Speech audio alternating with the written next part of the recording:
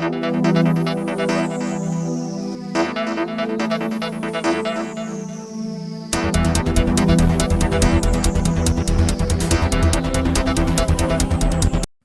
to Black Rose Newscasting, where the newscasting is on your side finally. We're going to be addressing a lot of things, including race, projects, murder rates, and a lot of other things. This is just like the beginning morning cast, but I'm going to be doing a lot of different castings throughout the weeks and stuff like that. But this is officially one of our newscastings. After a group wearing masks and carrying Nazi flags marched through Columbus. In response, Mike DeWine said, "We will not tolerate hate in Ohio." This comes amid a dramatic increase in similar incidents nationwide. Here's ABC's Rena Roy. Tonight, an Ohio community on edge after this group, masked and dressed in black, marched through the streets of Columbus Saturday, carrying firearms and flags with swastikas. There's legitimate Nazis. Can you lock the door? Black community leaders organizing a countermarch for unity this afternoon, walking the same path just north of downtown. Ohio's Republican Governor Mike DeWine condemning the masked group, saying in a statement there is no place in this state for hate, bigotry, anti-Semitism, or violence, and we must denounce it wherever we see it. The Anti-Defamation League reporting a dramatic increase in anti-Semitic incidents nationwide over the last several years, particularly since Hamas's attack on Israel last October. Just last week, protesters waving Nazi flags in Howell, Michigan, not far from Detroit, outside the American Legion, which was hosting a play about the Holocaust. People were shocked. They were appalled. An Army veteran saying he confronted them as they shouted anti-Semitic and racial slurs. We had 75 people downstairs that watched that play. And out of that 75, there was 50 or 60 of them that were afraid to leave this building. We had to escort them to their cars. Nobody in America should feel like that.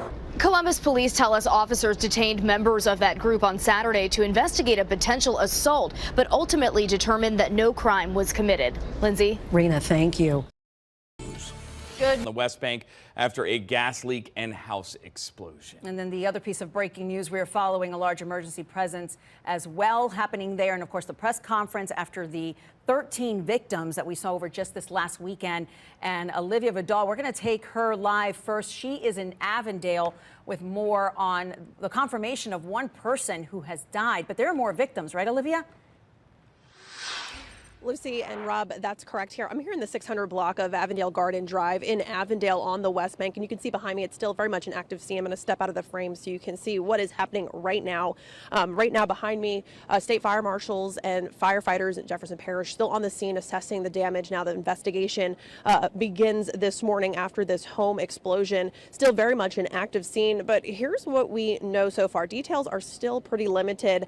This home behind me, this mobile home here on Avondale Garden Drive, completely charred and just ripped apart after this morning's explosions. And while the details are limited, Jefferson Parish fire crews, fire marshal, and sheriff's office still on the scene here. They say they received the call shortly after 5 this morning of the home explosion and fire. We're told 6 people were inside the home at the time. Officials on the scene say 1 person died from this explosion. The 5 others inside the home went to a hospital with various degrees of injuries, and each person ranged in age from adult to child. Family and friends and neighbors are in disbelief as they watch what remains of their loved one's home. This is a tight-knit neighborhood, and while no one was willing to speak with me on camera, I could just see how distraught and in shock they were as they just watched the scene unfold here. Here's what fire officials had to say this morning. They arrived on scene 3 minutes later and found out that they had an active gas leak. They asked for utmost energy to come to secure the gas leak that was on a construction site on a corner.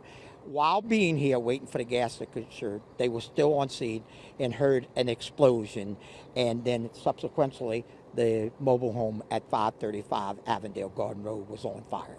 For utmost energy to come to secure the gas leak that was on a construction site on a corner.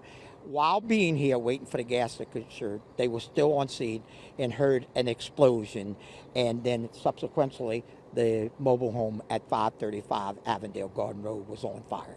I am told that Atmos is still on the scene, checking out the different gas meters. That the officials here did tell me that the gas leaks seem to have started at construction work that was happening down the road, which led to the leak here at this home right behind me. Now, of course, when we receive more information, we'll bring it to you on air and online. But for now, reporting live in Avondale, Olivia Vidal, Fox 8, Local First.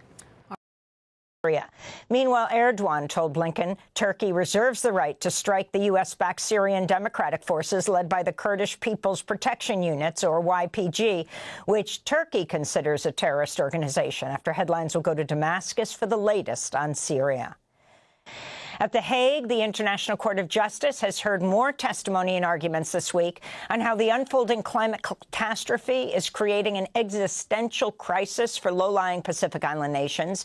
Those countries are demanding wealthy, polluting nations be held legally responsible for addressing the crisis they created. This is Langeni Italeli Talia, the Attorney General of Tuvalu, which could soon become the first country to be wiped from the face of the earth due to sea level rise.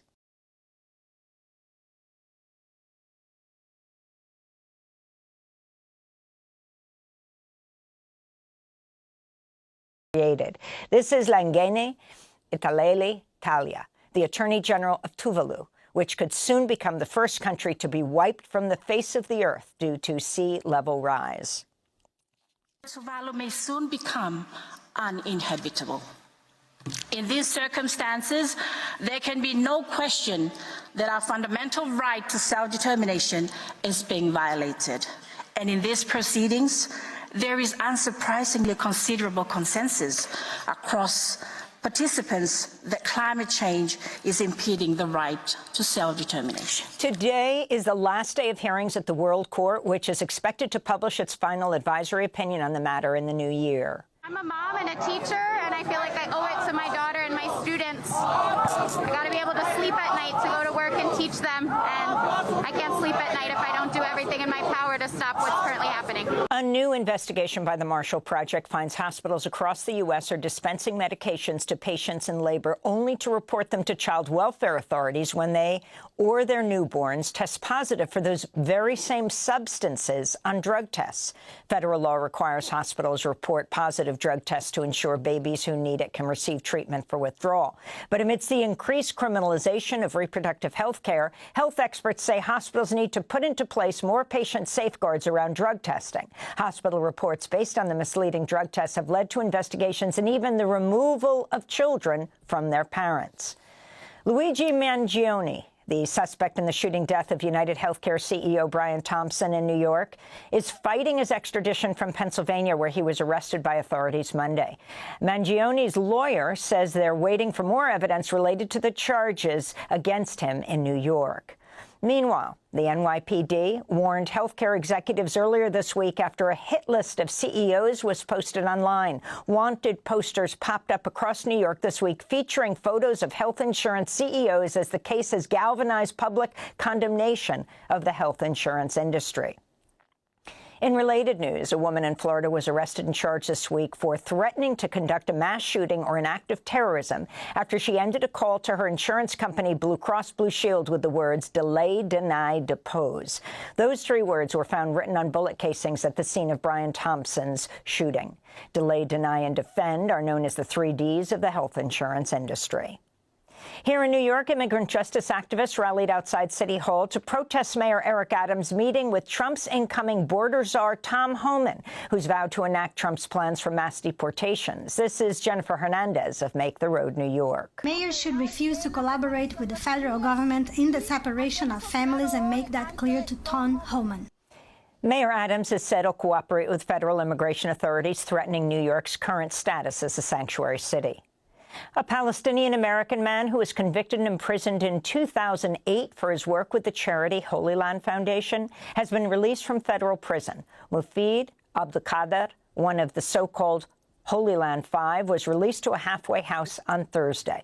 Abdelkader and his 4 co-defendants, Hassan Elashi, Shukri Abubakar, Mohammed El Mazain, and Abdurrahman Odeh received sentences up to 65 years under the Bush administration, accused of working for a terrorist organization. The Holy Land Foundation raised millions of dollars for Palestinians living under Israeli occupation, making it a target for pro-Israel groups in the U.S.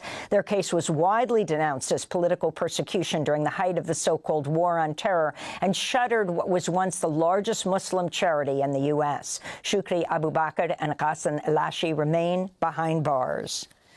Police arrested at least 8 protesters at the campus of New York University Thursday as they nonviolently blockaded the university's library to demand NYU divest from companies that profit from Israel's war and occupation of Palestine. Among those arrested were 2 faculty members, history professor Rebecca Carl and American Studies professor Andrew Ross. They're among 6 professors and dozens of students who've been declared persona non grata by campus security officials and barred from entering NYU buildings. And New Jersey Governor Phil Murphy has signed a bill to prevent book bans as Republican lawmakers in many other states are working to ban a record number of books from school library shelves, most of them dealing with gender identity, sexual orientation, and racial justice. At the Inside Washington's Museum of the Bible, a single volume that is like no other, the so-called Slave Bible, remarkable not for what's in it, but for what's not. So about 90% of the Old Testament's been removed and about 50% of the New Testament's been removed. To put it another way, a normal King James Version has 1,189 chapters in it. The Slave Bible has only 232. Missing are chapters and verses that might have encouraged uprisings. Book of Exodus, redacted. No story of Moses demanding Pharaoh, "Let my people go." Gone is Galatians, and the verse, "There is neither bond nor free, for ye are all one in Christ Jesus." And no Jeremiah, "Woe unto him that useth his neighbor's service without wages." What they've left in are verses such as Ephesians 6:5, which is the famous verse, "Slaves, be obedient to your master." Looking at this Bible, it's hard to tell that anything's been taken out of it. That's correct. I mean, it looks like a normal book. For many enslaved Africans, this would have been the first time they were exposed to the Bible. A Bible selectively edited to instill obedience, using religion to underpin the horror of slavery. When people encounter this exhibit, what lasting impression do you want them to leave with? But we want to pass the message on that may this never happen again. The Bible itself is a whole book. It's not one that you get to carve up and use this piece or that piece. The Slave Bible designed to repress rebellion, but it didn't work. Enslaved people in the Caribbean constantly fought against slavery until emancipation. I think it's very relevant to understand our history, not just American history, but our African American history, our roots and how we got to this point. A dark chapter in the history of the good book. Jeff Bennett, NBC News, Washington. Hey, NBC News fans, thanks for checking out our YouTube channel. Subscribe by clicking on that button down here, and click on any of the videos over here to watch the latest interviews, show highlights, and digital exclusives. Thanks for watching. The next subject I'm going to tap on is crime and, like, you know what I'm saying, the global homicide rate is 458,000. You know what I'm saying? America had 21,000 of those homicides. You know what I'm saying? So it goes back, you know what I'm saying, and it's going to be like a current, like that the Americas is one of the most deadliest places besides places like Africa and Afghanistan. 5:06 now, New Orleans making national headlines as the murder capital of the U.S. Absolutely. Metropolitan Crime Commission says per capita homicides are higher than every other city in the United States. WDSU reporter Shay O'Connor joins us now live in New Orleans East, where the Metropolitan Crime Commission says is one of the hot spots for crime. Shay. Gina and Darrell, I mean, that's right. NOPD, as we speak, investigating a double shooting that happened here at Digby Park in New Orleans East. I'm told a 14-year-old and a 17-year-old were shot. The 17-year-old dying from his injuries right here. His body was found inside of the park, just steps away from a school. Occasionally, I do hear 1 or 2 shots, but the other night, it was quite a few of them. And I was hoping none would come this way. 2 teens the victim of another shooting here at Digby Park in New Orleans East. Ernest Bell Jr. says the crime has gotten way out of hand. It's a fear. You never know if you're going to come back home, the way things are now. No one in office that I know is trying to do anything to help the city become like it used to be. Meanwhile, homicides are up by 46% from the same time last year, up 141% since 2019. We've been there before, but when we were there before, it was in the mid-90s. Rafael Goeneche, the president of the Metropolitan Crime Commission, says the national headlines are not shocking, and it's impacting the city as a whole. The consequences of these crime problems mean that citizens that have an option to go someplace else are going to do so. It means that some of the groups that are responsible for recruiting businesses to come here and recruiting tourists and conventions to come here have a tougher sales job now. Goeneche says 50% of all violent crime is happening in 2 police districts, New Orleans East and Central City. If 50% of the violent crime is concentrated in 2 police districts, and there's 8 districts, and you can reduce violent crime by 50% in those 2 districts, you're reducing violent crime by 25% in the city of New Orleans. And MCC officials, they tell me that if there were higher pay raises and better work conditions for NOPD officers, that would help when it comes to failing NOPD numbers. These are some of the things suggested by Fausto Pichardo, who was actually brought in to help NOPD. But something to note, we did close out 2021 with about 221 murders. Currently, we're about 13 murders from reaching that number, and we have about 3 more months left in 2022. Reporting live from New Orleans East, Shay O'Connor, WDSU News. All right, Devin, thank you so much. Breaking tonight at 6, we are learning the identities of the 2 young men who lost their lives just minutes apart amid the second-line shooting yesterday evening. The family is telling us that the 2 were related. WDSU reporter Shay O'Connor joins us now live from Albanastra in Florida, where everything unfolded yesterday. Shay, the family has to be devastated. That's absolutely correct, Gina. Good evening to you both. The family tells me they're way too shaken up to speak right now, but tell me that Jackson and Carter were actually nephew and uncle, but more like brothers. Family and friends mourning the loss of 2 young men, 19-year-old Malachi Jackson and 21-year-old Rayshawn Carter. While too hurt to speak on camera, family told WDSU the men were well loved by all who knew them. Relatives say the men were shot and killed Sunday evening as they were attending the 9-time second line in a hail of gunfire. We heard that there was a shooting across the bridge. Shanice Holland says she was enjoying herself when she heard about the violence. And when I heard that this was happening and that somebody can possibly still be living, I just felt like I needed to do something. I would expect if it was my children that somebody would go and do that. Hollins, who is a former trauma nurse, says she ran over as quickly as she could when she heard about the 2 men on the ground, seen here administering CPR. She says Malachi had no pulse while Rayshawn was still fighting for his life. She says she did all she could do to help. And there was like 2 other young ladies out there. One was attempting CPR, and I let them know that I worked trauma before, and I felt like I would have been a better suit to help with the situation.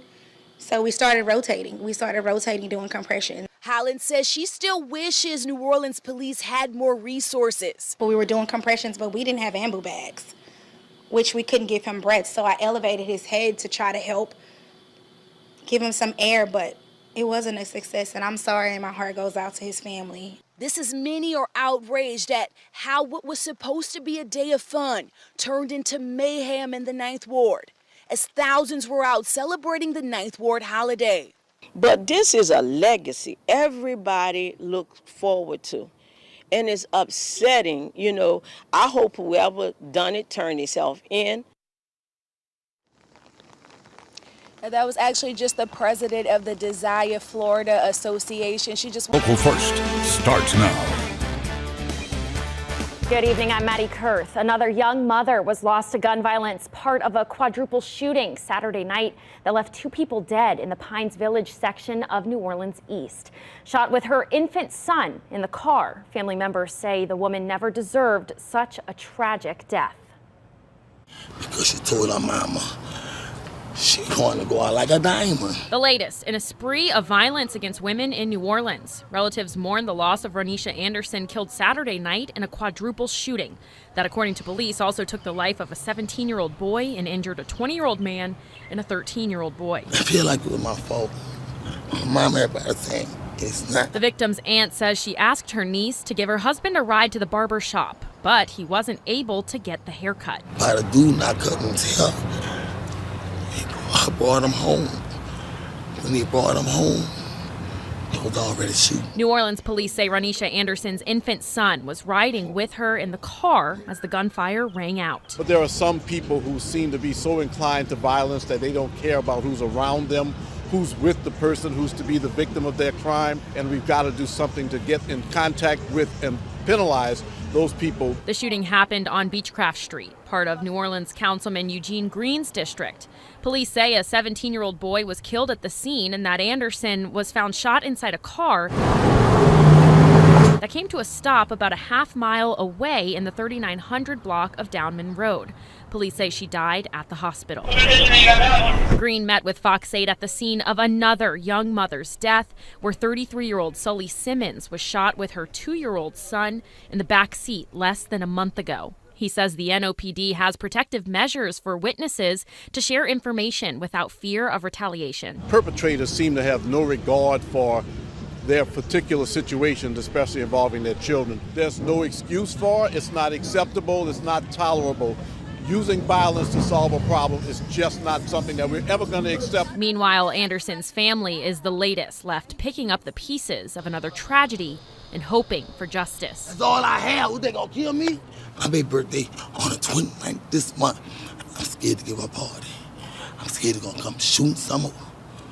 I can't do it. But I'm not scared. They gonna make my brother tell me move. I ain't moving. One block, 2 deadly shootings, 15 hours apart. That's the reality in one New Orleans East neighborhood, and it is leaving neighbors fuming. WDSU's Harrison Golden is live in New Orleans East, where police are still investigating what happened. Harrison? Sulla, this afternoon's shooting left 1 person dead. Last night's shooting left 2, and it's leaving a lot of people in this part of New Orleans East losing count of all the crime they're encountering here. We all come out and there's a young man bloodied, a bloodied body. Who wants to be awakened to that? Stephanie Johnson-Sever barely slept Tuesday night. Gunshots woke her up again. The quality of life has just dwindled down to almost Sodom and Gomorrah. We hear gunshots every night. She lives just down the street from where 2 men were shot and killed just before 11 p.m. Tuesday. And after 1 p.m. Wednesday, another deadly shooting on the same Lawrence Road block. To see these young people just constantly killing each other, arguing, just the violence that's going on, not only in New Orleans East, all around the city of New Orleans. We as New Orleanians, we need to take our city back. She says that means taking action. She and other homeowners on Lawrence Road want a stronger NOPD presence here, and they're taking aim at the Willows, the apartment complex at the center of these shootings. Somebody needs to pay. Councilman Oliver Thomas claims the Willows has become a breeding ground for blight, abandoned apartments, and violent crime. If they don't give a damn about us, if they don't give a damn about who they rent to, if they don't give a damn about how their units look, why should we give a damn about them? The complex's property manager was at the scene of Wednesday afternoon's shooting. He declined comment on the site's mounting frustrations, but neighbors close enough to hear those shootings say they're not giving up. It's something that needs to be addressed by all city agencies, honestly. They know it's happening. We have reported it. I know I have reported it. But what's being done? So take a look. New numbers out just this afternoon from the NOPD to WDSU. A list of recent service calls to this block alone, which includes the Willows. This extensive NOPD activity since just the start of June. 20 calls of service on this block. The calls range from this week's 2 homicides to 4 domestic disturbance calls and a business burglary among them. Now, in the meantime here, anybody with information on the shooting this afternoon, the shooting last night, anything else, call Crime Stoppers. They say that number, 504-822-1111.